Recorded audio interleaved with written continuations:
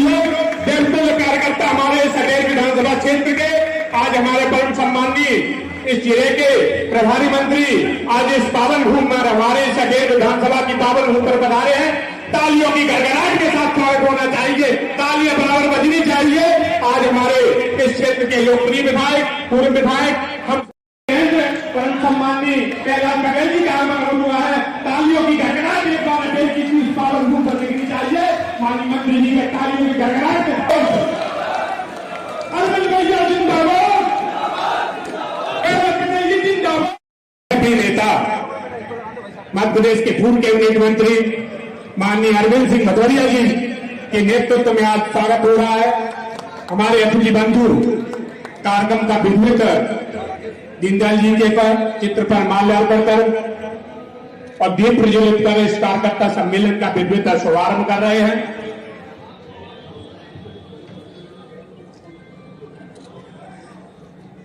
आज हमारे बीच में हम सबके प्रिय नैगांव के लोकप्रिय विधायक मंत्री माननीय राकेश शुक्ला जी भी हमारे बीच में हैं, उनका भी स्वागत करें। फिर नहीं, पूरे हिंदुस्तान की राजनीति में एक शुचिता और ईमानदारी से अपने जीवन को संचालित करते हुए विचारधारा के आधार पर पूरे देश भर में केंद्र में मंत्री रहते हुए, केंद्र में पदाधिकारी रहते हुए, मध्य प्रदेश में कई बार पदाधिकारी रहे, मध्य प्रदेश सरकार में चलाने वाले रहे। ऐसे सरल सहज और जो कहते हैं वो करते हैं, इस बात का कोई प्रतीक है। ऐसे प्रहलाद पटेल साहब का जोरदार तालियों से स्वागत करिए। ये प्रहलाद पटेल का सौभाग्य है भिंड का, हमारा सौभाग्य है भिंड का कि ऐसे वजनदार, ईमानदार, निष्ठावान, वैचारिक व्यक्तित्व के महान व्यक्ति हमारे बीच में प्रभारी मंत्री होकर आए हैं।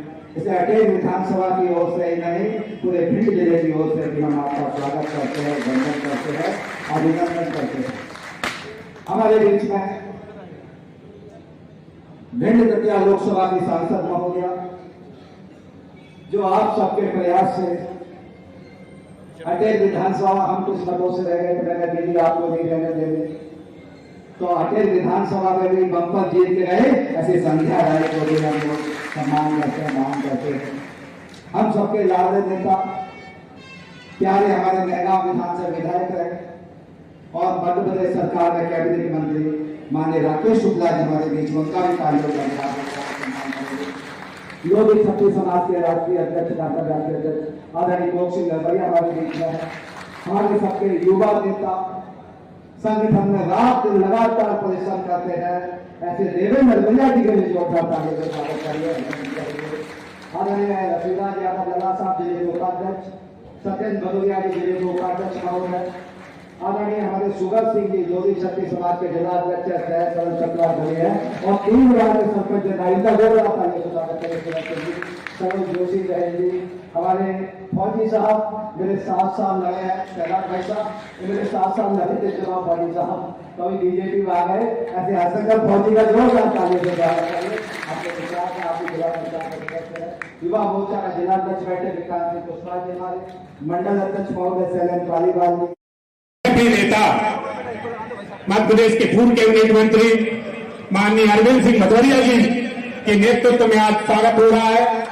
हमारे अतिथि बंधु कार्यक्रम का विद्युत दीनदयाल जी के चित्र पर माल्यार्पण कर और दीप प्रज्वलित कर इस कार्यकर्ता सम्मेलन का विद्युत शुभारंभ कर रहे हैं।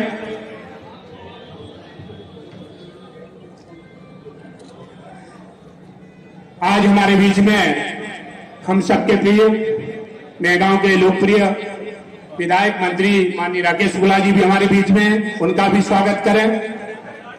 चल रहा है 1951 में जनसंघ से शुरू हुआ, बाद में 1980 में भारतीय जनता पार्टी बनी, 84 में मात्र 2 जो है ना सीटें जीत के आए। हमारी पूज्य अटल बिहारी वाजपेयी जी, वो कहा करते थे, लोग निराशा के कर्ज में थोड़े जाने लगे, उन्होंने कहा राम रही मान मैं हार नहीं मानूंगा, मैं रार नहीं ठानूंगा और काल के कपाल पर लिखता बिठाता हो और गीत रहेगा। आजादी के इतिहास में इतनी बड़ी विजय ले हुई, 173 सीटें जीत जाएंगे। बाद में लोकसभा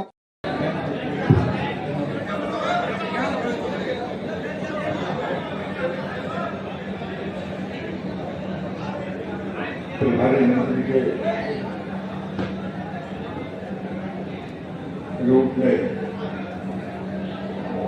मेरा भिंड जिले का पहला प्रवास है। तो कार्यकर्ता आवाज सुना पड़ेगी, सकल देखने लंबे नहीं बाबा।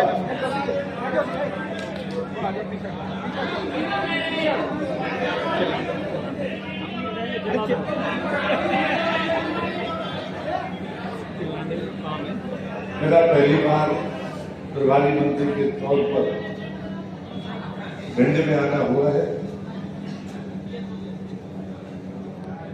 प्रत्येक विधानसभा के सभी कार्यकर्ताओं का पहली बार में दर्शन हो जाएगा। ये मेरा सौभाग्य है। मैं आप सबको प्रदान करता हूं। मंच पर उपस्थित पार्टी के वरिष्ठ नेता, यहाँ से पेश में बिगाड़ रहा हूं क्योंकि अटेज में हम हैं। मैं एलएच पूर्व मंत्री, पूर्व पार्टी के पदाधिकारी प्रिय रविंद्र भदौरिया जी,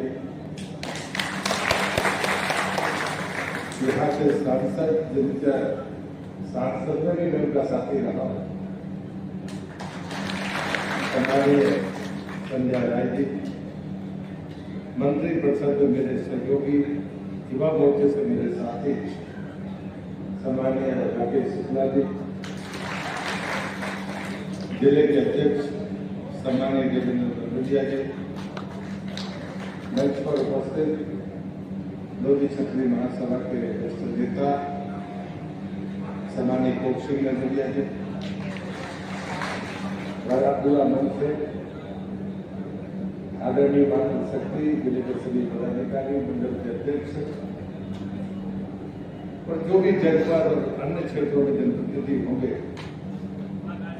मैं उन सबको भी इधर से शुभकामनाएं देता हूं।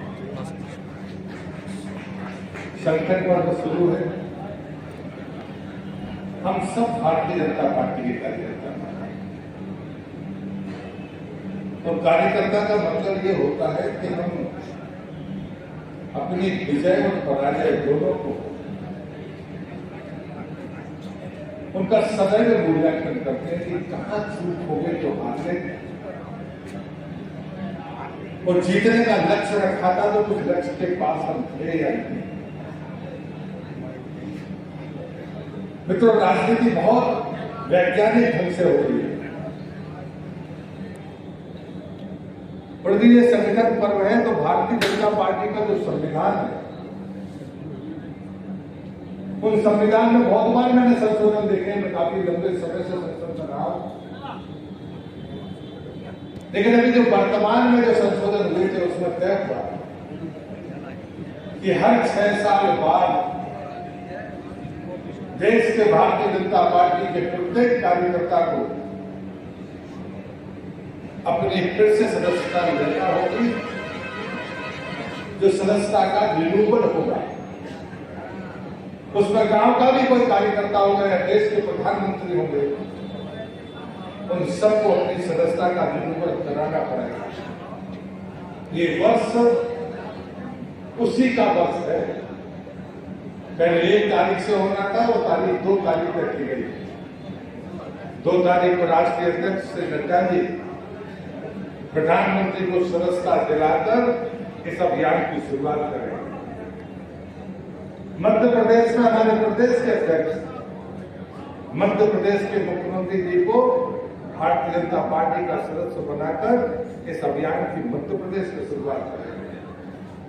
जितने भी सांसद, विधायक, चुने हुए निर्वाचित जनप्रतिनिधि, वो सरपंच हो, पंच हो, उन सबको भी 2 तारीख को सदस्यता लेनी चाहिए, ऐसा पार्टी अपेक्षा करती है। मध्य प्रदेश में इलेक्शन में 1.5 करोड़ रखा है।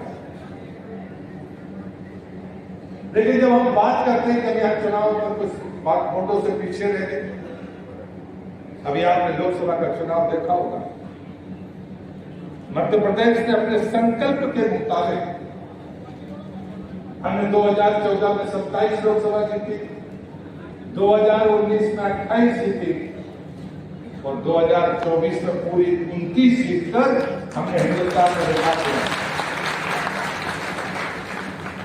लेकिन जो बात मैं कहने जा रहा हूं उसको जरा ध्यान में रखना, सुनना मत नहीं है, ध्यान में रखना होगा। अभी सच है कि स्पष्ट बहुमत हमारे पास इस बात नहीं है। एनडीए को बहुमत है, भारतीय जनता पार्टी को नहीं है। जो लक्ष्य हमने तय किया था उससे हम पीछे रहे। लेकिन आप दूसरा पक्ष देखो, जो देश की दूसरे नंबर की पार्टी है उसके पास तो 100 सीटें भी नहीं है, हमारे पास तो 240 सांसद है। राज्यसभा में हमारे पास में सबसे बड़ा नंबर आ सकता है। अभी जो उपचुनाव हुए हैं उसके बाद राज्यसभा में हमारी संख्या 112 हो गई। कांग्रेस का नाम निशान वहां नहीं है, उसके पास हो गए 40-42 सांसद। लेकिन आप सोचो, हमको स्पष्ट बहुमत नहीं मिला, सरकार हमारी है, हमारे नेता की प्रतिष्ठा दुनिया में प्रतिष्ठा है। जहां युद्ध चल रहा है वहां पर भी देश का प्रधानमंत्री जाता है तो वहां युद्ध रुक जाता है। हम इस सरकार में करते ये बात कहते रहे, लेकिन हमारी भूमिका इसलिए महत्वपूर्ण हो जाती है कि कांग्रेस के नेता ऐसा जश्न मना रहे हैं जैसे उनकी सरकार जो 100 के भीतर है वो 240 वाले को चुनौती दे रहे हैं। आने वाले 5 साल में कांग्रेस कहीं पहुंच नहीं सकती। इस खुशी के कारण को देखिए, जो बांग्लादेश में हुआ, और अगर शेख हसीना ने यह बात ना कही होती कि वह अमेरिका को एक टापू दे देती तो मेरी सरकार बची देती। जिसने ये सब किया उसके साथ इस देश की संसद में बैठा कांग्रेस का नेता प्रतिपक्ष उसके साथ बैठता है। जिसने बांग्लादेश की सत्ता को बेदखल करने में अपनी भूमिका निभाई, छात्र आंदोलन की शुरुआत करने का पाप जिसने किया, इन षड्यंत्रों को समझना होगा। हम मंच पर बैठे लोग विधायक बने या ना बने, सांसद बने या ना बने, हमने कभी सोचा नहीं था। शिवराज जी और हम लोग के 89 में सांसद बना, 84 में हमारे 2 सांसद थे, 89 में 87 जी के, उसमें एक कभी इतने लंबे कालखंड में हम षड्यंत्रों के बारे में कई बार सोच नहीं पाते। देश का हमारा प्रधानमंत्री दुनिया में लोकप्रिय, दुनिया में सबसे ताकतवर प्रधानमंत्री के तौर पर, लेकिन देश के भीतर चलने वाले षड्यंत्रों को अगर हम नहीं पहचान सके तो हमारी आदर्श भूमिका नहीं होगी। हम राष्ट्रवादी लोग हैं, भारत माता के लिए सब कुछ होने के लिए तैयार हैं।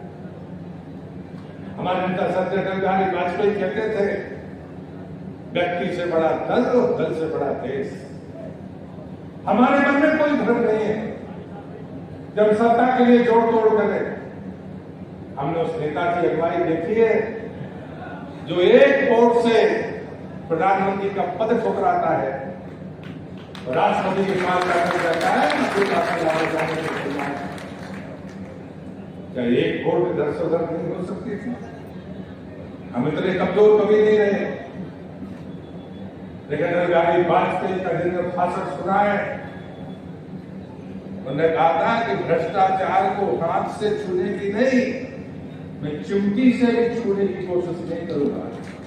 हम उस परंपरा को लेकिन इसका ये मतलब नहीं कि हम अपनी भूमिकाओं को न समझें।